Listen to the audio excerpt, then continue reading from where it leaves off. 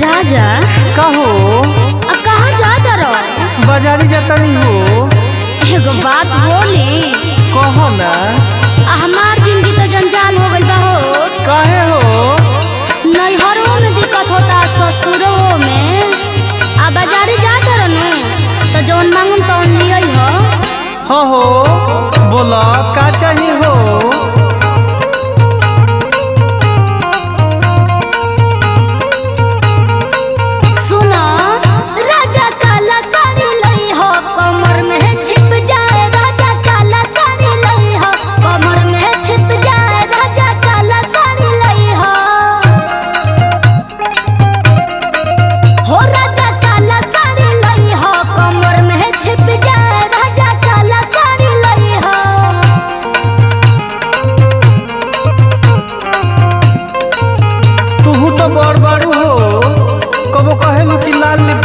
अभी कहत कि करिया साड़ी लियाब। नैहर ससुर तो जरते बा हो। तू जरत का ओइ जरनी तो हमरा भौजी से ना देखल जात रहे। आ ए जबानी तो तहरा भौजी के नहीं देखल जात। हाँ का भइल हो? अपन वृत्तांत बताब।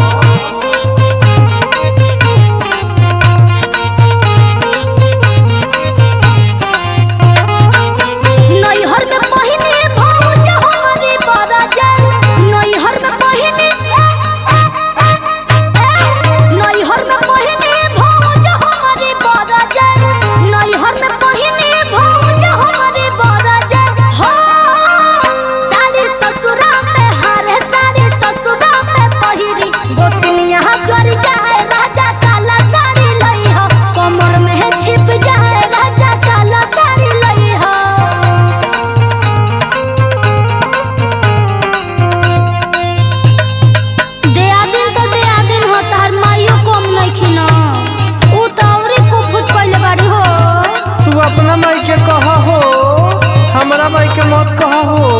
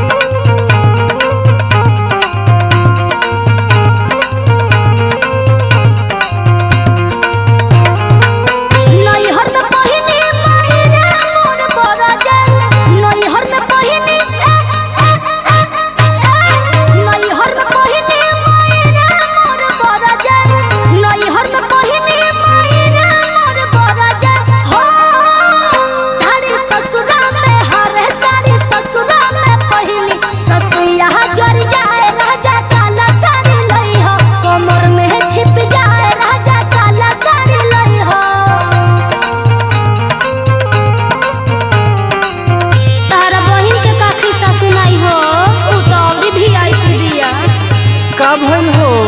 ओने हमार बहन मुंह चमका के लड़त रहे, आ एने तहार बहन थपरी बजा के लड़तिया हो।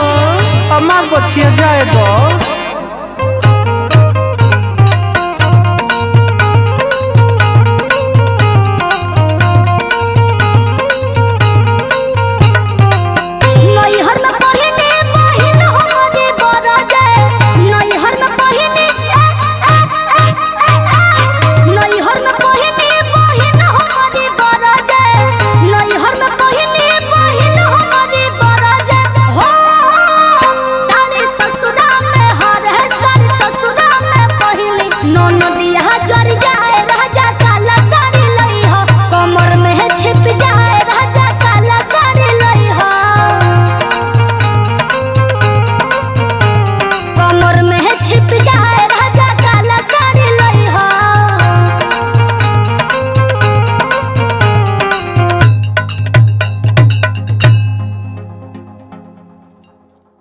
काला साड़ी